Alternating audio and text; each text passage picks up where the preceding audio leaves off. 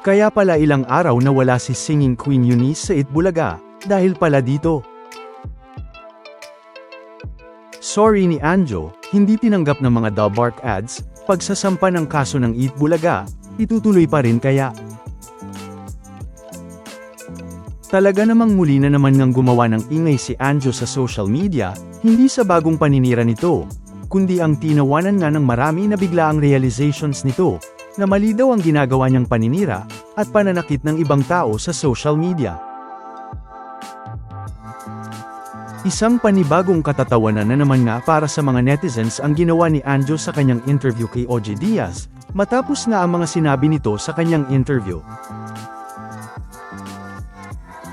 Ito nga ay matapos niyang sabihin sa interview na masyado daw siyang nagpadala sa kanyang emosyon, kaya naman nailabas niya lahat ng kanyang mga sama ng loob sa buhay, sa kanyang mga TikTok live stream.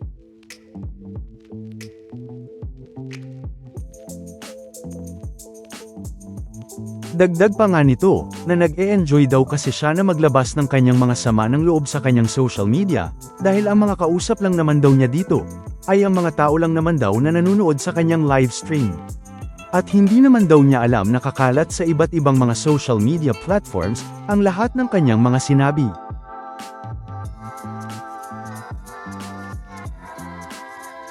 Kaya naman isang araw nga daw ay napaisip na lang daw siya, na mali pala ang kanyang mga ginagawa, na ilabas niya ang kanyang mga sama ng loob sa social media, na ilang dekada na nga ang lumipas.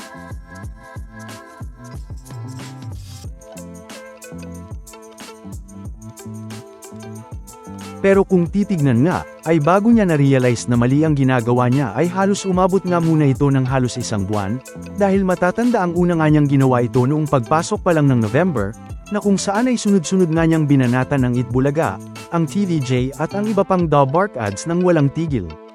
Kaya naman ay marami na naman ngang mga natawa na lang sa mga sinabi dito ni Anjo, dahil bakit ang tagal nga naman kasi, bago niya na-realize na mali ang ginagawa niya.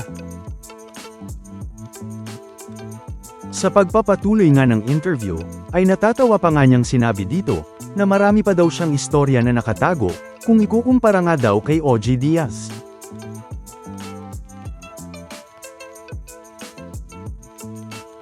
Pero ang naging sagot nga dito ni OG Diaz, ay isang katotohanan nga na kahit si Anjo ay hindi nga naisip noon, dahil ayon nga kay OG Diaz, ay kahit naman daw siya ay maraming mga nakatago, pero hindi naman lahat ay pwede mong ilabas, dahil yung iba daw kasi, ay ipinagkatiwala sa kanya.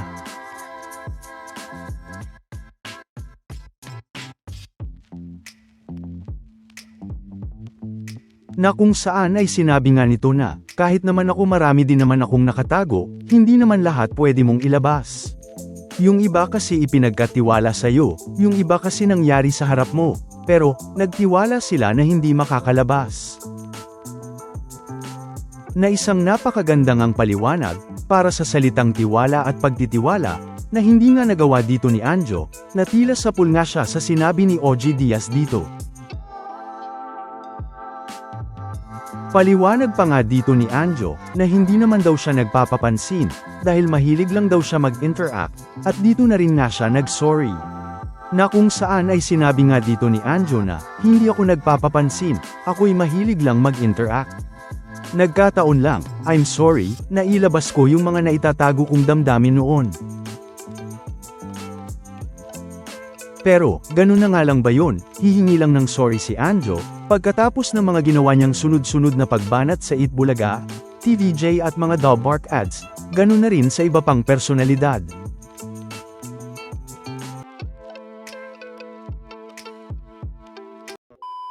Welcome back mga ka-highlights. Bago tayo magpatuloy ay maaaring mag-subscribe at i-click ang notification bell para updated kayo sa mga susunod pang videos, at paki-like na rin ang video, share at mag-comment na rin. Maraming salamat po. Na kahit nga si OG Diaz ay naitanong din nga ito kay Anjo. Pero ang naging sagot nga dito ni Anjo ay hindi daw ito ganun kadali, pero at least daw ay nag-hold back siya. Dahil hindi naman daw niya na-realize na ganun na daw kalaki ang impact ng mga paglalabas niya ng sama ng loob sa social media, na ayon nga kay Anjo ay dekada na daw ang lumipas, pero ngayon lang daw niya nailabas ang sama ng loob niya na ito.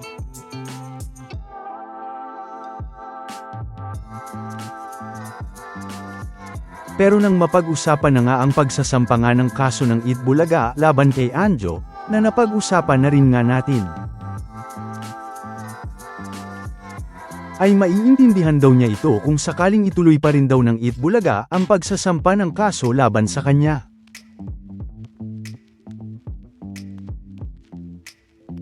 Pero, tila may paghamon pa nga ulit dito si Anjo, na kahit nga maiintindihan daw niya kung magsasampa ng kaso ang Itbulaga laban sa kanya, ay wag lang daw siyang titirahin ulit ng Itbulaga, dahil doon daw nagsimula ang lahat.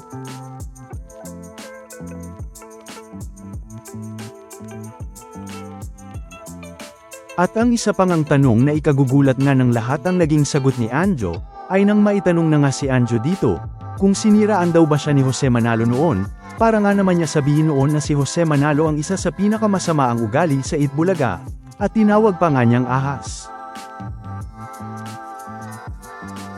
Pero hindi na nga niya ito nasagot ng diretso, dahil ang naging sagot nga niya dito, ay may mga nangyari nga daw kasi noon sa Itbulaga na masasakit, pero ayaw na nga lang daw niya itong ikwento, na kung saan ay nabanggit pa nga niya si Jimmy Santos.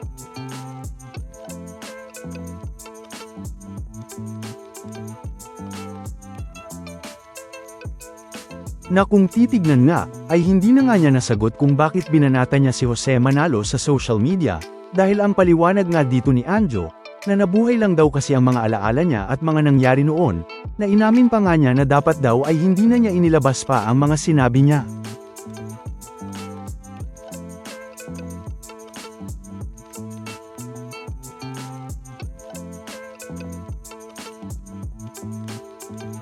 Dagdag pa nga nito na matagal na daw nga itong nangyari, dahil 15 o 20 years na nga daw itong nangyari, na naputol nga ang usapan, nang sabihin nga ni OJ Diaz, na, ba't kailangan buhayin Anjo?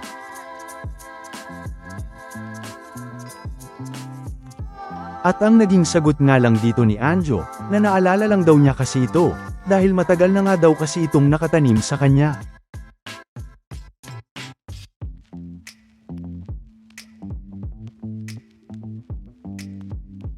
Dagdag pa nga nito, na ang pinakaayaw daw niya sa lahat, ay ang nananakit ng damdamin ng ibang tao, pero halos ilang linggo nga niya itong ginawa.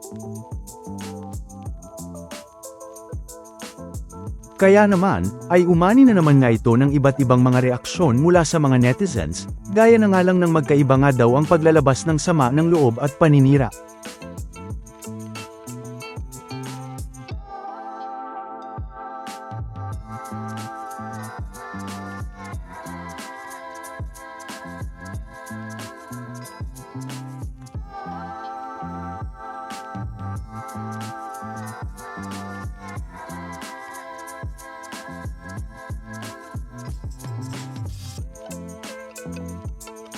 At dahil matatandaang, nabanggit na nga ni The Bark Ads Ryan ang pagsasampa ng kaso ng Itbulaga laban kay Anjo Iliana, ay yan nga ang dapat nating abangan, kung itutuloy pa ba ng Itbulaga ang pagsasampa ng kaso laban kay Anjo.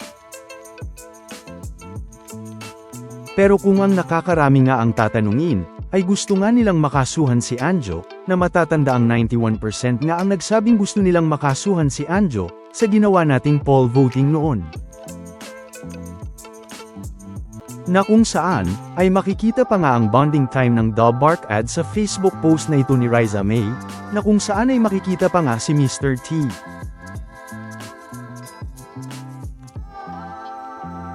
May napag-usapan kaya? Samantala, marami nga ang mga nagtataka kung bakit ilang araw na wala si singing Queen Eunice sa Itbulaga, na dahilan nga kung bakit si Riza May ang naging panlimang member ng Singing Queens.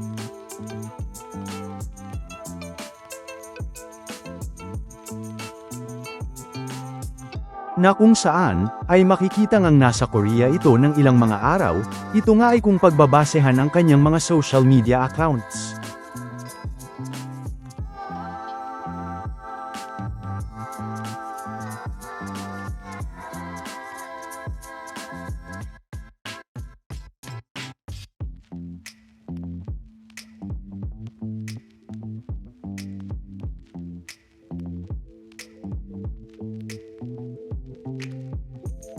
May panawagan pa nga ito na samahan sila sa kanilang gagawing pagtulong kasama ang Yakap Foundation, na kung saan ay aktibo nga siyang tumutulong dito. Na mangyayari nga sa December 6, 2025.